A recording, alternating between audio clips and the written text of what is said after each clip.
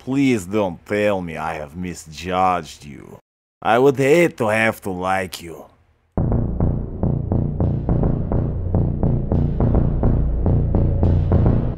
Welcome to FightMaster, the show where we analyze the Warhammer Galaxy's greatest warriors and break down their most iconic duels. And what can I say about today's fight? It is iconic. It's special. A clash of warriors considered by many as the best Space Marine duelists of their era, perhaps of all time. From the Night Lord's Legion, the Prince of Crows, Sevetar the Condemned, First Captain Jago Sevetarian, and his opponent, hailing from the Imperial Fist Legion, the Black Knight, the Emperor's Champion, First Captain Sigismund. Now, this is a duel that took place many years before the outset of the Horus Heresy, whilst the Night Lords were still a loyalist legion. The two first captains coming to blows when the Imperial Fists discovered the atrocities committed by the Night Lords during their combined conquest of the world Sharot. Realizing he could not order the Nostraman Space Marines out of the field of battle, Sigismund resolved to keep Sevetar busy while his own Templar First Company forced the Night Lords to cease their murderous activity. To this end, and with a burning desire to hurt the Prince of Crows, the Black Knight challenged his opposite from the Night Lords to single combat. He had initially attacked Sevetar from behind, but the Prince of Crows had blocked the blow and gone to leave. So, an honor duel it was. To this, Sevetar laughingly agreed. Butting in, another Imperial Fist officer, who you might be familiar with, Fafnir Ran, insisted the two fight with weapons only. No grappling, no rolling around beating on each other, just weapons. Contemptuously, both captains agreed to the stipulation. Before we continue, I want to say I've done my best to reconstruct Sevetar's style, based on the weapon he uses, the strengths he's said to have, and the very few scenes we are given of him actually fighting. I even sent Aaron Dembski-Bowden an email about it. He didn't respond. I'm not upset. I'm just illustrating that I tried. Oh, how I did try. But, despite all that, there is a degree of guesswork going into this. As far as I can tell, this duel with Sigismund is the only, even remotely detailed 1v1 Sevetar fights in. So with that in mind, let's get into it. With this, the rarest of the rare, a fight that at first glance seems extremely closely contested, and actually plays out that way.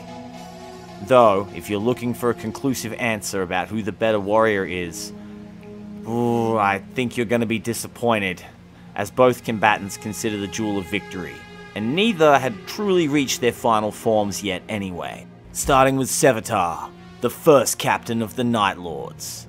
He tends to fight with the Nostraman chain glaive. Its name more or less covers it. It's a glaive. The blade is a chain weapon. It comes from Nostramo. But don't let the simple brutality of the weapon fool you. This is a very dangerous blade, possessing a versatility something like Sigismund's power sword or Khan's chain axe simply cannot manage. Yes, it's unwieldy in tight confines, but in all other circumstances, the extra range, the extra leverage, and the ability to adjust range mid-battle make this a viciously practical weapon.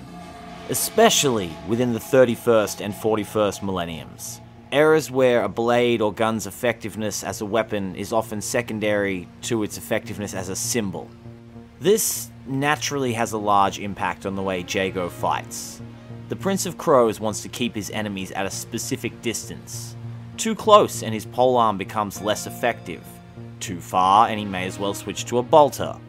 Fortunately for the first captain of the Night Lords, he possesses excellent footwork, featuring numerous patterns making his movements difficult to predict, and thus making closing distance on him particularly difficult. On top of this, Sevetar is monstrously fast, able to outmaneuver most Space Marines with ease. Born psychically gifted, the Prince of Crows has spent years working to repress his etheric talents. But despite his steadfast refusal to acknowledge his powers, there are certain ways in which they still subtly manifest, such as his unerring ability to read an opponent's movements, something his speed allows him to capitalize on frequently. It's also possible Jago's famous stamina, a byproduct of him instinctually drawing on the warp to fuel his fatigued muscles. This quickness also means the first captain can break rules, so to speak, performing attacks and techniques that one would normally be considered foolish to use in those situations, but in his hands are unpredictable and difficult to counter. The first captain of the Night Lords likes to duel with his glaive held low in a casual manner. This might seem cocky, and it is, leaving significant holes in his defense, but using the weapon this way does convey several advantages. The first, and most obvious, being it allows him to launch blows from unusual angles, even with the blade coming from without the opponent's field of vision. Along with this, holding his weapon low means Sevetar knows what the most likely avenues of attack against him are. He's the one creating them after all. Combining this with his innate ability to predict his foes means Sevetar has an easy time setting and springing traps within a duel, capitalizing on attempts to hit his seemingly open form. Finally, the way he stands can be interpreted as an insult, all the better to goad Jago's enemies into rash decisions, making them even easier to defeat. Opposing the Prince of Crows, the Black Knight Sigismund is also famed for his speed and stamina, and his predictive abilities. I've talked about Sigismund a lot on this channel. Like, a lot. Go check out the other videos. I'm just going to give you the quick version this time. Despite also being famed for his speed and stamina, as I've said, the heart of Sigismund's style is his ability to read an enemy in real time, break down their style, their timing, their temperament with shocking speed. Meaning within moments of seeing someone fight, he can usually predict how they will react to his own movements, but several steps ahead, finding moments to use his monstrous speed to take advantage of these predictions. He does this all the while attacking relentlessly, but never wildly. Every blow Sigismund throws with the large two-handed swords he favors is done in such a way that he can also turn it into a defense with almost no notice. Each movement is intended to set up the next movement, each swing perfectly in balance with the rest of his body. This is what is usually meant when someone describes a technique as clean, and it makes the Black Knight a very difficult opponent to land telling blows on. The Imperial Fist captain entered this duel armed with the blade that would become known as the Sword of High Marshals. Whilst it's not as powerful as the Arcanotech Black Blade he would become famous for, it's still a power sword of superlative design, though perhaps I should just say sword of superlative design, as Sigismund never actually activates the power field of his blade in this duel. Insistent on making a point, the future Emperor's champion uses it as a simple, inert blade in his battle with Sevetar. The encounter that ensued was fought on several levels, as all duels between expert combatants are. First and foremost, it was a battle for geography. The nature of their two weapons meaning the most likely victor would be the Space Marine who could keep his opponent at a preferred distance most consistently. Sevetar seeking to maintain long distance, Sigismund seeking to close it. Both first captains possess excellent footwork, so this battle for control of range was a tightly contested one, neither able to truly keep the other locked at an optimal distance. When on the outside, the Prince of Crows possessed a significant advantage, the powerful leverage generated by a glaive, especially an active chain glaive against an inert power sword, meaning Sigismund would not be able to block Sevetar directly at longer distances. The glaive would simply smash through the guard of a sword, forcing both weapons into Sigismund. As such, he was forced to parry the haft of the Night Lord's weapon or dodge his attacks entirely. When the fight moved closer, Sigismund held the edge, able to thrust and slash while keeping the blade of Sevetar's weapon almost entirely out of the equation, meaning the Prince of Crows would be forced to awkwardly parry or move back out of range with little option for counterstrikes. The next major way this battle was contested was predictive. Between such deadly warriors, a single mistake, a single zig when one should zag, a single block when one should parry, a single step to the left that should have been to the right, and the fight will be over. As such, a massive edge rests with the fighter who can predict his opponent's movements further in advance. This includes not just what they will do, but the speed they will do it at. Often this is referred to as timing someone, or understanding someone's timing. Between these two lightning-fast post-humans, winning this more mental contest is extremely difficult, as being fast not only has the obvious edge of moving quickly, it also gives a skilled combatant a greater range of timings. By intentionally lowering or alternating the speed of movements and attacks by even the slightest margin, one can confound a foe's sense of your timing. But of course, both fighters know that the other one knows this, and therein lies the game. These inhumanly skilled fighters have had centuries of combat experience and winning records the likes of which the galaxy may never see again. They're absolutely fighting this battle on more levels than the two I just mentioned. They're doing things like battling for superior micro-foot position, or attacking when they think the other one is blinking, things like that. But you or I are just going to have to keep things relatively surface level, at least by their standards. The Night Lord and the Imperial Fist dueled for the better part of 30 hours, but don't assume it was a measured, tentative contest.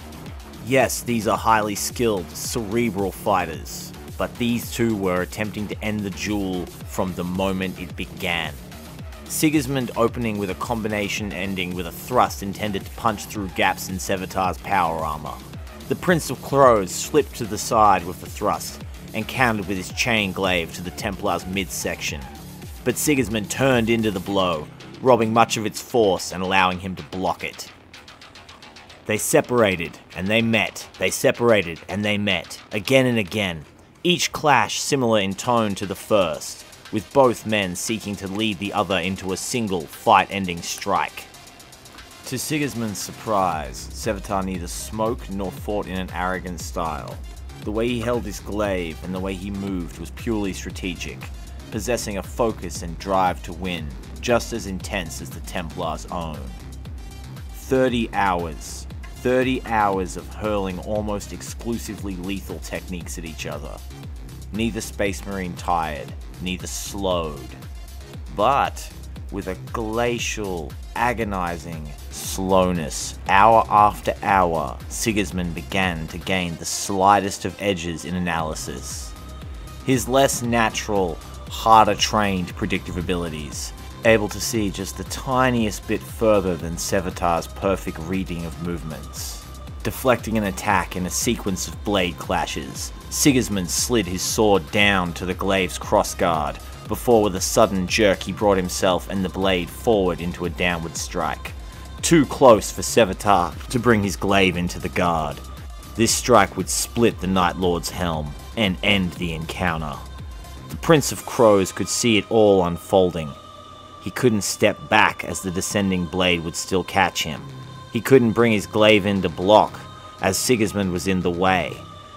And he couldn't move to the side without getting his weapon caught and being disarmed. There was only one path he could follow. Forward.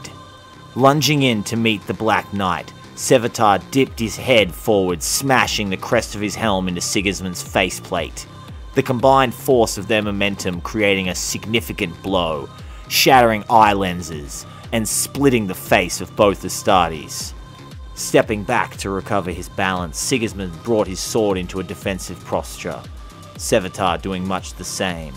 The two Space Marines shared words for the first time within the duel, with Sevetar claiming first blood had gone to him.